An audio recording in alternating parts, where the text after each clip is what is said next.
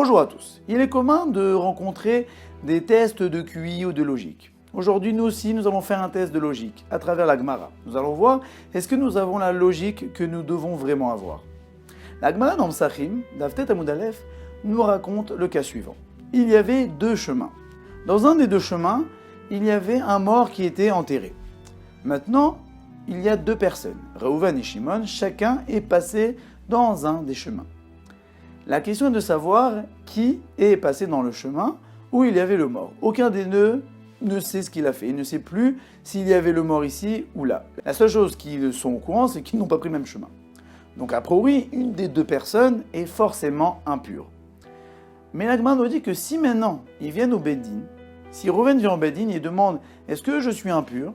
Alors là, le Beddin lui dira « Non, tu n'es pas impur, puisque étant donné que c'est un doute, et dans ce cas-là, lorsque nous avons un doute, alors nous devons dire qu'il est pur. » Shimon vient ensuite au Beddin et demande « Est-ce que moi je suis impur ?»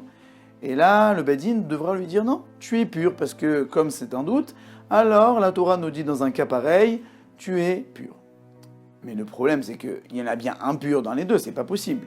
On est forcé de dire qu'il y en a un qui est impur, puisqu'il y en a un qui est passé avec le mort. C'est peut-être la logique, mais le problème, c'est que la Torah nous a dit des règles avec lesquelles nous devons penser, avec lesquelles nous devons être posek la halacha, avec lesquelles nous devons trancher la halacha. Telles les règles que Akadosh Baruch Hu nous a données, nous devons être posek sans tenir compte de la logique humaine. C'est pourquoi une personne, plus il étudie la Torah, plus il se rattache à Akadosh Baruch Hu, puisqu'étant donné qu'il a une logique humaine qui n'a pas l'air d'être la même logique que la Torah, alors lorsqu'il étudie, il commence à avoir la même logique que la Torah et à réfléchir comme Akadosh Baruch Hu voudrait. Et étant donné qu'il réfléchit comme Akadosh Baruch Hu, alors là, il se rattache à lui.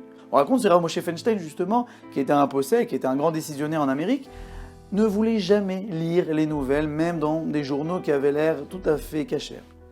Et alors on lui a demandé, mais pourquoi tu ne veux pas lire les nouvelles, tu ne veux pas lire le journal? Et il dit, je t'explique. Moi, j'ai étudié la Torah toute la journée. J'ai l'esprit de la Torah.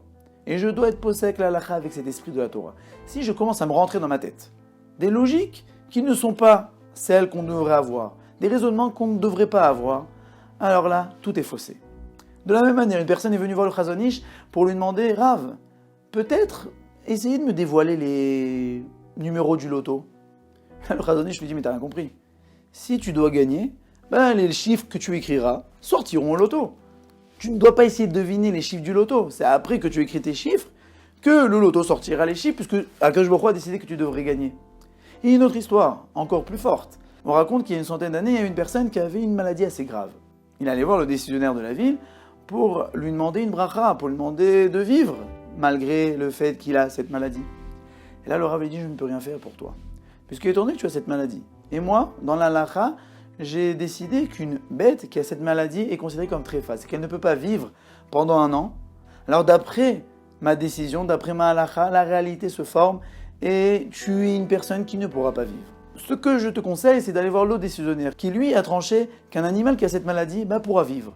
Donc, après qu'il a décidé que cette maladie n'est pas mortelle, alors là, il pourra te faire une bracha de ne pas mourir. De là, nous voyons que lorsqu'Akadosh Baruch Hu nous a donné la Torah, il ne nous a pas donné juste un livre d'études ou un livre d'histoire ou un livre de loi. Il nous a donné une manière de penser, la manière de penser que lui-même, Akadosh Baruch Hu, a, et nous a aussi donné les clés du monde.